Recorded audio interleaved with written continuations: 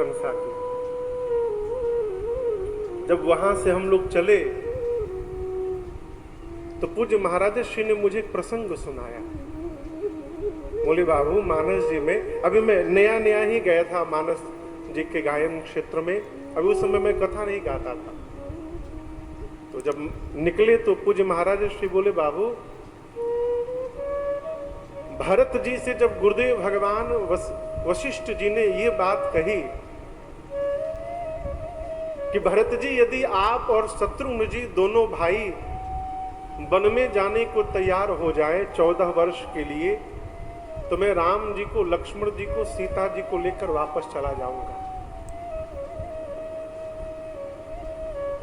ये शब्द सुनने के बाद भरत जी नाचने लगे और कहे, गुरुदेव यदि मेरे वन में जाने से प्रभु अयोध्या वापस चले जाएंगे तो मैं एक वाक्य, एक बात स्पष्ट कर देना चाहता हूं।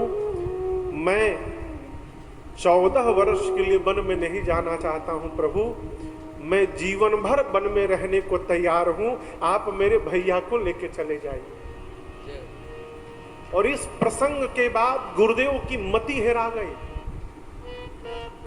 गा चह पार जतन ही हेरा, पावत नाव न भोहित बेरा। जैसे कोई स्त्री समुद्र तट पे खड़ी हो समुद्र पार करने के लिए, और उसके पास कोई नाव न हो, बोहित न हो, पतवार न हो, नौका न हो, उस समय उस स्त्री की मनः दशा जैसी होगी, उस मनः दशा में गुरुदेव भगवान पहुंच गए। राम जी के पास सबको लेकर गए।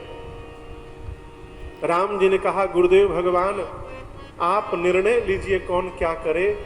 तब गुरु जी ने कहा, राम भारत स्नेहा विचार न राखा। राम, आपके भाई भरत के प्रेम ने आज मेरे विचार करने की शक्ति को समाप्त कर दिया है। भरत जी के प्रेम के आगे मैं आज कुछ चिंतन करने लायक बचा ही नहीं। मैं तो कहता हूं भरत जी जो कह रहे हैं वही कर लिया जाए, उसी में सबका हित हो जाएगा। जब भरत जी के प्रति गुरुदेव भगवान के इस भाव को रघुनाथ जी ने देखा तो राम जी नाचने लगे। और राम जी भरत जी से बोले, भाई आप भले मेरे से छोटे हो, लेकिन आज मेरे छोटे भैया भरत ने अपने बड़े भैया राम को पीछे छोड़ दिया। क्यों? जिस प्रकार से गुरुदेव ने आज आपकी प्रशंसा की है भरत, उस प्रकार से गुरुदेव ने आज तक कभी राम की प्रशंसा नहीं की।